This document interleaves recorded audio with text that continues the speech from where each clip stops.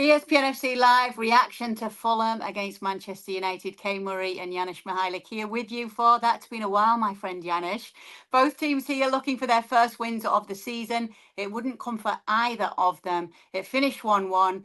And Janusz, I want to start with Manchester United because if last week we were talking about this defeat to Arsenal being a loss with positives, what would we summarise this game as for United? It almost felt like last season, right? Yes, I look at Manchester United even last season. I mean, against the big teams, they've done well. It's against the smaller teams they didn't compete. And apart from the quick start today, where I thought they're going to continue what they've done against Arsenal, which was a lot of good organization, almost a little bit of a blueprint of how maybe Manchester United is going to play today. The first 10 minutes, Cunha with two great chances that he's got to put away. But then again, after that, remember, they conceded on the corner against Arsenal. Here, three almost identical corners that Manchester United couldn't figure it out with Bassi, Rodrigo Muniz having a chance, Andersen as well. So very, very disappointing, really. I know it's early. I know the expectations are higher, maybe because of that first game. But let's not forget, they still lost to Arsenal in that first game, only 1 point here. And you know how I feel about Premier League, Kay. Contrary to popular opinion, for me, this is a sprint. It's not a marathon. Look where they are right now. 1 point. Everybody is running away in terms of the big teams.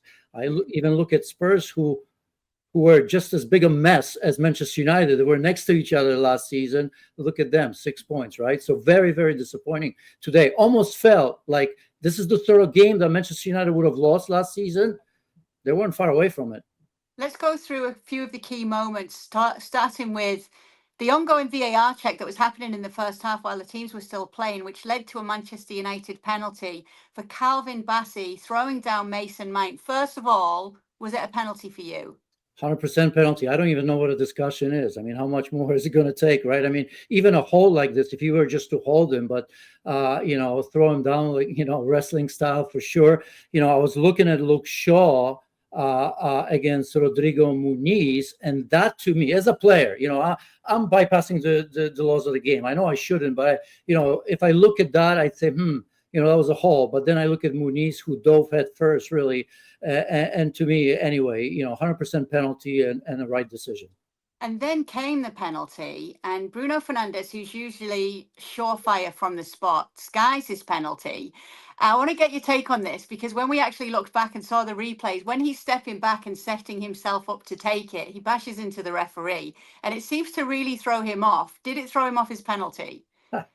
Maybe. He missed it in a spectacular fashion. This is Bruno Fernandes, their best player, one of the best players in the world. It shouldn't in that fashion. But, when I watched the rest of the game, maybe it has, because he was definitely not the same player after that. And I could go on and talk about other players who disappointed, right? Manchester United obviously strengthened themselves. But I think great players get past that, right? I don't know. If that did, it doesn't bode well about Bruno Fernandes. I don't buy into that. I'll definitely revisit those players that disappointed you in a moment, but I do want to get to the opening goal. Lenny Yoro, although goes down as an own goal because it comes off the back of Rodrigo Muniz. It's the first United goal of the Premier League season for Manchester United. Should the opener have stood, though?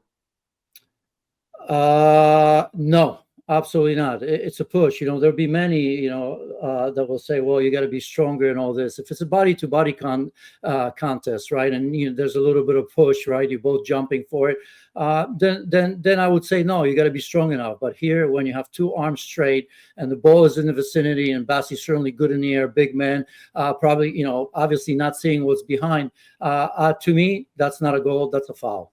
Okay. And do you think that you can link the two situations as well, and Fulham can feel hard done by, given the fact that a penalty was given against them, and then we see here this being a goal for Manchester United? Absolutely. Look, the way I saw it, right, those are two different situations, in my opinion, right? Guilty on one side, and, if you look at Bassi, 100%, but I don't know if I link those, because, you have to judge these situations separately and not look at it, maybe the same player involved, and look what happened there, and he didn't get it back. So, getting into minutiae of that, I treat them separately.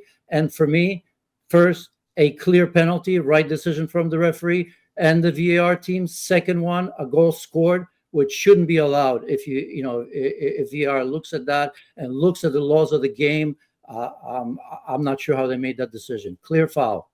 Meanwhile, Janusz, when it comes to Fulham's equaliser, talk about an instant impact from Emil Smith-Rowe. I think it was his first touch, 93 seconds after coming on.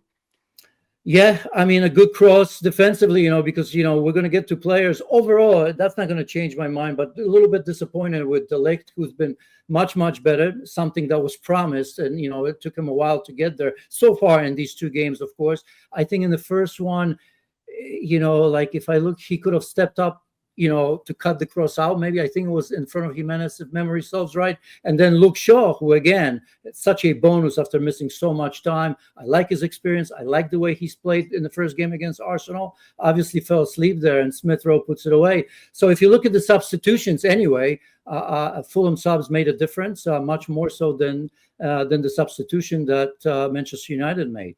So let's get into some of the players that disappointed you most today, because you did allude to it a little earlier on.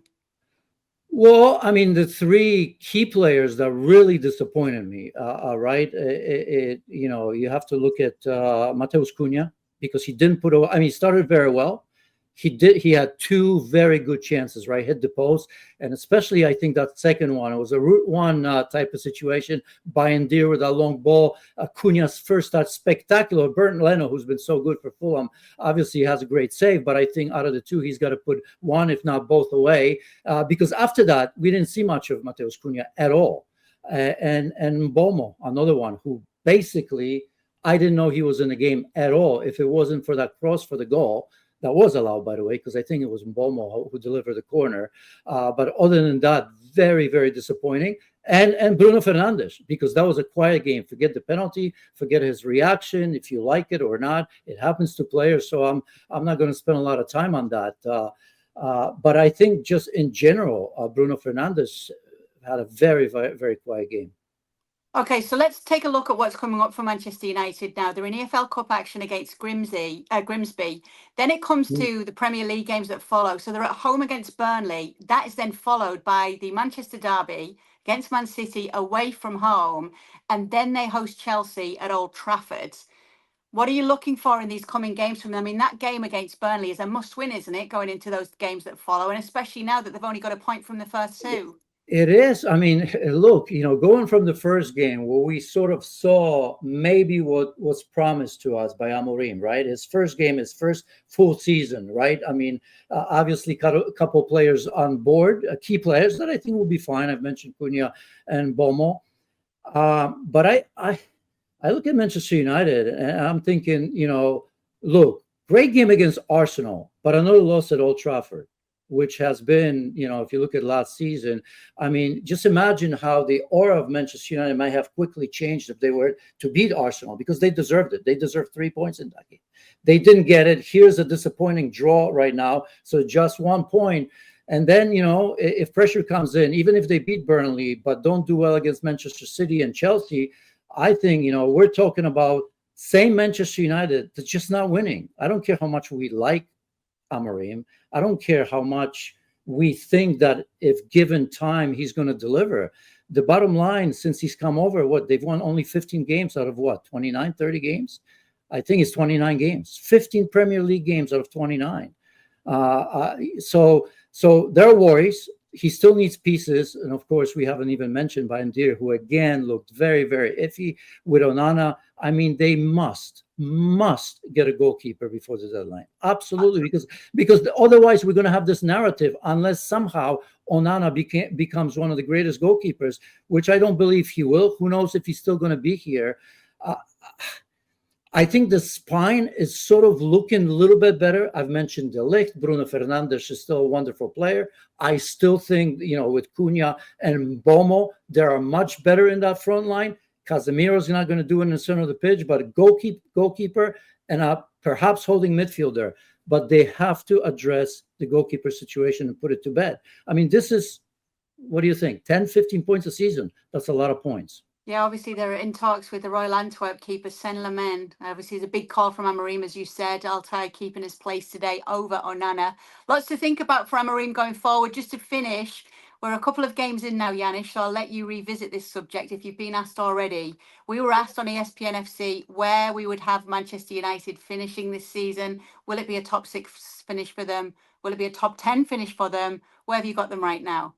I think right now, looking at this is top 10 because I look at it simply 1 point out of possible 6. That's not good start by any means the way they play against Arsenal because they got to get the points there, right? Yes. They didn't, and here a big disappointment. So yeah, I mean we're not talking about top 4. That's not going to happen.